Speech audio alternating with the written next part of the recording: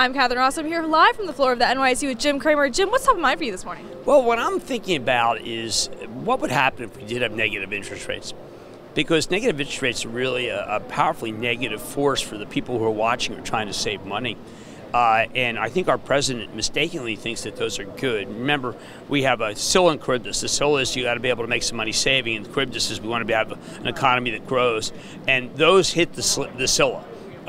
They just do, and I'm surprised the president doesn't know it because he's a very smart guy about business. I've always felt seen him in action, but you can't save, and a lot of the viewers we have are desperate to try to get a little income. And when I watch the 10-year yield go down, I think, what's going to happen to those people? And we've got to find a way to make it so that rates stop going down, so that savers don't have to take too much risk, particularly older savers who watch the show. You know, last year we couldn't go a day without mentioning the trade deal, and now I feel like we can't go a day without mentioning the virus. So I'm wondering, is this the new trade deal for the market? The virus is very much involved with the 10-year, which is cessation of activity and fear.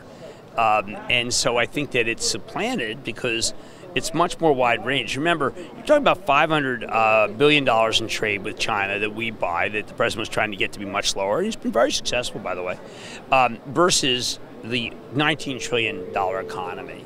And the $19 trillion economy runs on credit. And what's showing by the treasuries is the credit demand is drying up. So you need to have companies take loans. And we are going to have, I think, a cessation, because who wants to take a loan to open a business when there aren't people going out? And that's very big. Remember, 2/3 of our economy is service.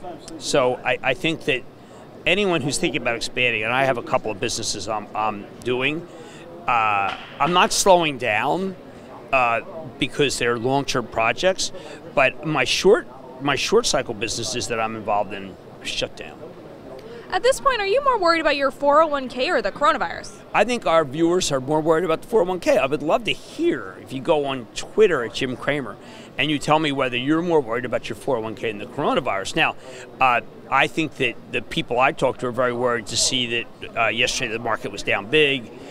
Some of the people I know obviously are older and need the money and are thinking about what's going to happen in the next 5 years, and they think that stocks that become once again a dangerous thing, because right now we have the algorithms making things go way too fast. Interest rates go down, boom, they come in and sell stocks. It's not happening today because of the Biden resurgence. He's considered to be less toxic than Bernie, but I think that the people I know are very concerned about their 401k, but also accept an inevitability of getting corona and hoping they're not.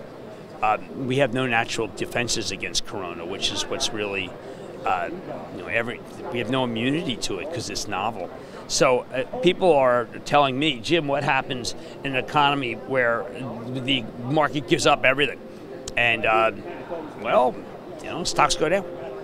Speaking of, except for when I wrote a piece this morning on real money, not all stocks go down, and it's important that you pick stocks.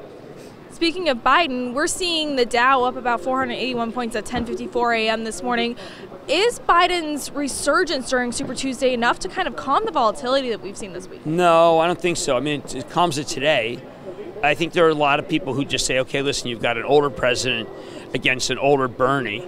And if something happens and people decide that the current president does something wrong, they vote for Bernie. Or if the president does something, makes it so that it's perceived that he caused a recession, they vote for Bernie. So, I mean, people just don't. Anyone with capital doesn't want to see Bernie on the ticket for fear that we have a recession, and voters just say, you know what, the hell with it, I'm going to vote for Bernie. And Bernie's a socialist, and that's worth probably 20-25% when you're the stock market. Now, I've done a lot of work on what stocks could give up a huge amount, and you have a United Health, okay, it's a 280. Why won't that go to 100? It's a Dow stock. Bernie doesn't believe in health insurance. He thinks the government should provide health care. If he wins the House and the Senate, then there may not be United Health. So you've got stocks that are very much challenged with the Bernie president versus President Trump, who's very good for stocks. Hate him or like him, he's very good for stocks. And I know that it wouldn't be his fault if we have a recession because it's the corona's fault. But I I look at the ascendance of Biden and the dropout of Bloomberg as being that the Democratic Party is trying to get control before they have a McGovern event. Having done a lot of party politics in the 70s, I can tell you that a McGovern event spells the end of your party unless you have a strong hand in the actual leadership of the party and can reverse the notion of losing on the sake of principle. Now, of course, you can head on over to realmoney.com to read more from Jim's daily columns, and you can read about our Real Money stock of the day, Dollar Tree. Now, Dollar Tree, I'm wondering, from everyone to my roommate to the residents of the Midwest, everyone's stocking up in panic. And based on that, is Dollar Tree a stock to buy, or should we be sticking to Costco? No, I've got Dollar Tree tonight, and Dollar Tree's not a place you buy bulk. And Dollar Tree is smaller items. Dollar Tree may say that it's a place to stock up, but what you do want is maximum giant pallets at low prices, and that's Costco. And we own Costco for Action Alerts. It's been a winner. Reports tomorrow.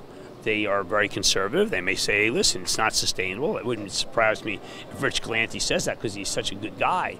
But I like Costco. It's one of them to own. I'm not sure yet about Dollar Tree. Obviously, I'll speak to the CEO tonight. I'm mad. Very good guy. But I'm not sure. I think the stock might be bottoming here. And I just want to point out before we go to our Action Alert video, once again, travel and leisure and related need to be sold, okay? So you have a rally like this and you sell those because those companies, whether it be Marriott, whether it be American Express, are at the wrong place, wrong time.